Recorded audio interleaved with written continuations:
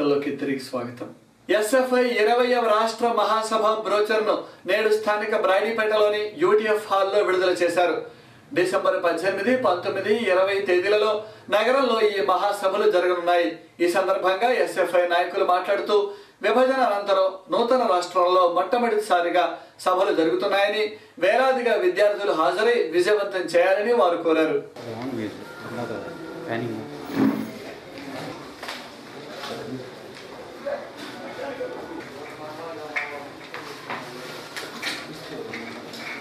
SFI మొదట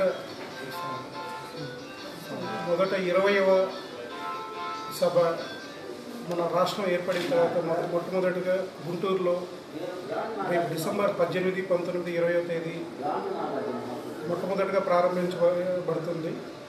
దీనికి ముఖ్య కార్యదర్శిగా లక్ష్మణరావు గారికి మరియు వాళ్ళ టీంకి మా కాలేజీల తరఫున ఆ ప్రోగ్రామ్ అంతా సక్సెస్ఫుల్గా బాగా జరగాలని కోరుకుంటున్నాము. అందరం మనం చూస్తున్నాము ఎస్ఎఫ్ఐ ఎంత యాక్టివ్గా ఉందో గుంటూరు జిల్లాలో. ముఖ్యంగా గుంటూరు జిల్లా విద్యారంగానికి మెయిన్.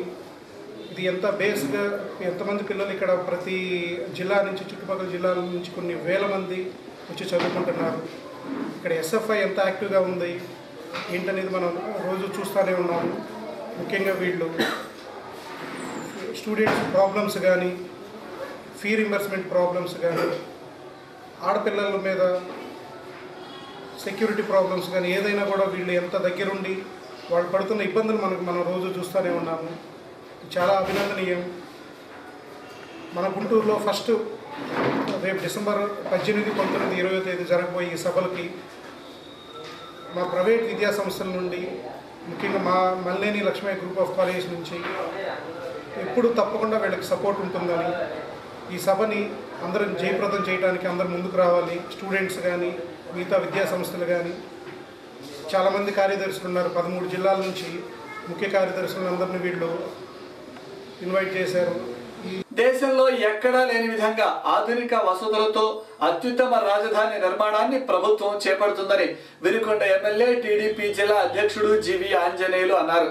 భూసేకరణ విషయంలో రైతులు ఎటువంటి భయాందోళనలకు గురి కావద్దని, రైతులతో చర్చించి వారికి సంతృప్తి కలిగే విధంగానే భూసేకరణ చేస్తామన్నారు. రియల్ ఎస్టేట్ వ్యాపారుల ప్రలోభాలకు లొంగి రైతులు భూ అమ్మకాలు జరపవద్దని ఆయన కోరారు. రాష్ట్ర రాజధాని నా భూతో నా భవిష్యత్ అన్న విధంగా అంతర్జాతీయ ప్రమాణాలతోటి రాష్ట్ర రాజధాని నిర్మాణం జరిగి తీరుతుంది. అలాగే భారతదేశంలో ఏ ఒక్క రాష్ట్రంలో కూడా ఇంత మోడర్నైజేషన్ రాజధాని లేని విధంగా తీర్చిదిద్దడం జరుగుతుంది. రైతులు ఏమాత్రం ఆందోళన పడాల్సినటువంటి అవసరం లేదని ఈ సందర్భంగా రైతులకు విజ్ఞప్తి చేస్తూ ఉన్నాం. శాస్త్రీయబద్ధంగా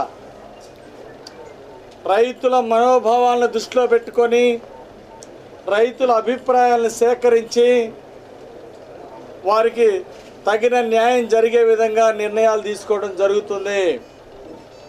దానికి ఒక ప్రత్యేక సబ్ కమిటీ వేయడం జరిగింది. జిల్లా మంత్రివర్గం ఉన్నారు, మిత్రులు శాసనసభ్యులు శ్రావణ్ కుమార్ గారు ఉన్నారు.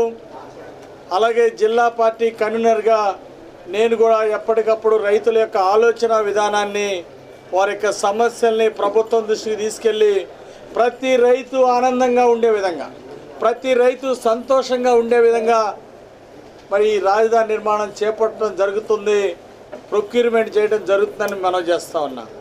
నేను రైతులకు విజ్ఞప్తి చేస్తూ ఉన్నా, ఒక్క ఎకరం కూడా అమ్ముకోవద్దని నేను మనవి చేస్తూ ఉన్నా.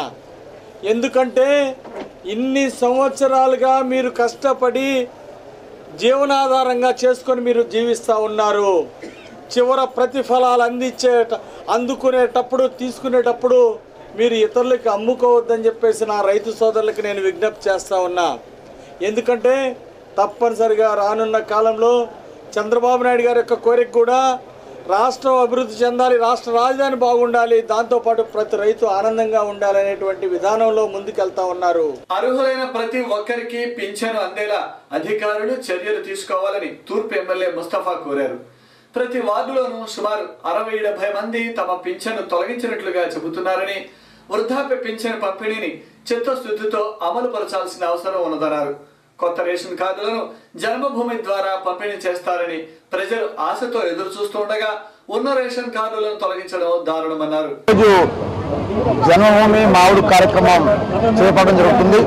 మరి ఈ కార్యక్రమంలో ప్రతి చోట కూడా ప్రతి వార్డులో కూడా 67 పింఛన్లు, 70 పింఛన్లు, 100 పింఛన్లు మరి పోతున్నాయి. చాలా మంది చంద్రబాబు నాయుడు ప్రభుత్వం వస్తుందని చెప్పేసి ఎదురు చూశారు. మరి ప్రభుత్వం వచ్చిన తర్వాత చాలా మంది వికలాంగులు కానివ్వండి, వృద్ధా పింఛన్లు కానివ్వండి, లేక అనేక మంది మరి కొత్త కార్డులు వస్తాయని చెప్పి ఆశతో ఉన్నారు. మరి అలాంటి కొత్త కార్డులు ఏమి ఇవ్వకుండా పాత ఉన్న దాంట్లోనే కొన్ని తీసేయడం అనేది చాలా దారుణ పరిస్థితి. ఎందుకంటే పాపం పేదవాళ్ళే వస్తారు తప్ప ఇక్కడికి ఉన్న వాళ్ళు ఎవరు రారు. మరి కాబట్టి అధికారులు కోరేది ఒకటే, అయ్యా మీరందరూ కూడా మరి ఎక్కడెక్కడ మరి ఎవరు ఉన్నారో ఎవరికి చెందాలో అని ఒకసారి ఆలోచన చేయండి. ఒక గైడ్లో ఉండి రెండో గైడ్లో మారినప్పుడు వాళ్ళ కార్డులు తీయడం, వాళ్ళ పింఛన్లు తీయడం జరిగింది. అలాగే ఒక్క పేరు తేడా వచ్చినా కూడా మీరు దాన్ని తీసేయడం జరిగింది. అలా కాకుండా ఆమె వయసును బట్టి ఆమె పరిస్థితి అని చెప్పేసి మీరే నిర్ధారించుకొని ఎవరికి కూడా పేదవారికి అన్యాయం జరగకుండా న్యాయం చేయాలని చెప్పేసి కోరుకుంటూ QTV న్యూస్ ముగించే ముందు హెడ్లైన్స్ మరొకసారి.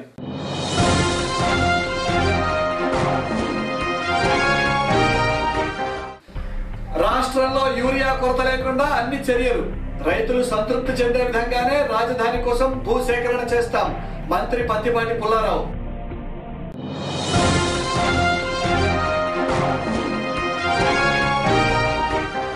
సంవత్సరాలలో పోలవరం ప్రాజెక్టును పూర్తి చేస్తాం, ప్రతిపక్షాల విమర్శలు అర్ధరహితం, భారీ నీటిపారుదల శాఖ మంత్రి దేవినేని ఉమా.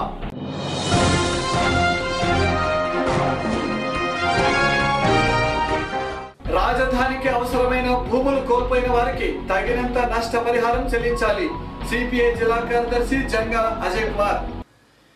ఇవి ఈరోజు విశేషాలు. మరిన్ని వార్తలతో మళ్ళీ కలుద్దాం. నమస్కారం.